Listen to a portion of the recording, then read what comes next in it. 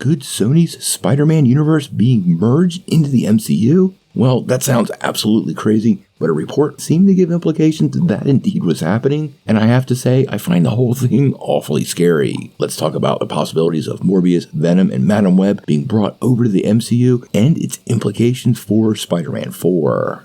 Now, before you do that though, make sure you hit that like and subscribe button. We do daily Marvel and DC videos, and we want to be your place for all the superhero news, but we're going to bring it to you truthfully and transparently.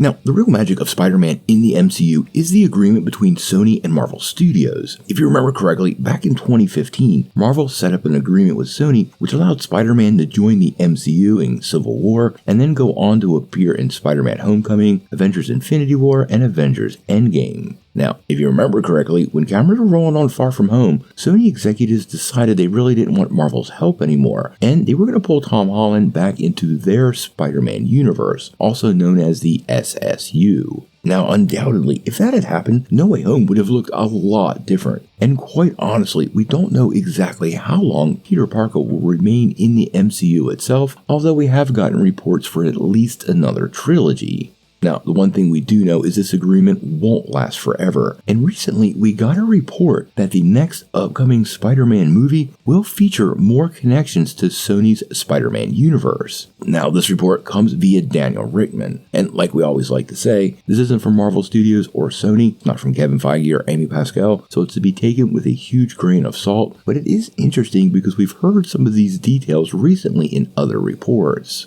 What he is saying is moving down the road, there is going to be a lot more connections to that SSU. And the idea to this is to pave a potential merger of that world into the MCU. Now, we heard this in a report a few weeks ago, and it's pretty interesting to me that it's coming back up, but it's unclear if it's a copycat report. Now, what we were hearing is all these Sony characters that they were developing, Madam Web, Kraven, Venom, even Morbius, could eventually be folded into the MCU via the multiverse. This also likely means if this is the Spider-Man 4 we're getting, well, that means there could be a lot of Tobey Maguire or Andrew Garfield making their way back into this, and many people have even suggested this could be a Spider-Geddon style film, basically a Secret Wars level event for Sony, with Tom Holland leading the pack, but including basically the whole multiverse of Spider-Man characters. For a lot of people, this might sound exciting, and I am fairly interested. But quite honestly, guys, I don't know if this report is true, and it flies in the face of everything else we've heard about Spider-Man 4 leading up to this point.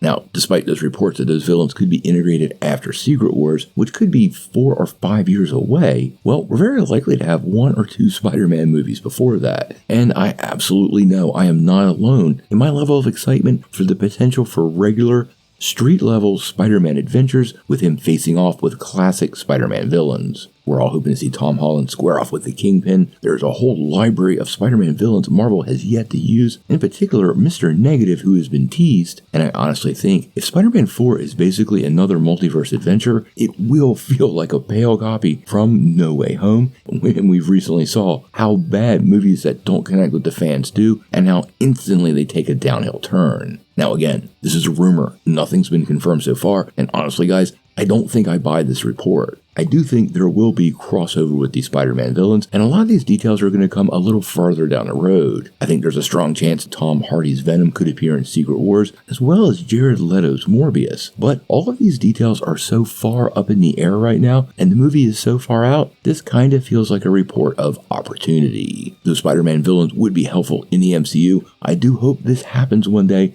But honestly, if this is the plan, implement it after Secret Wars and not before, and give Spider-Man some time to be the friendly neighborhood Spider-Man.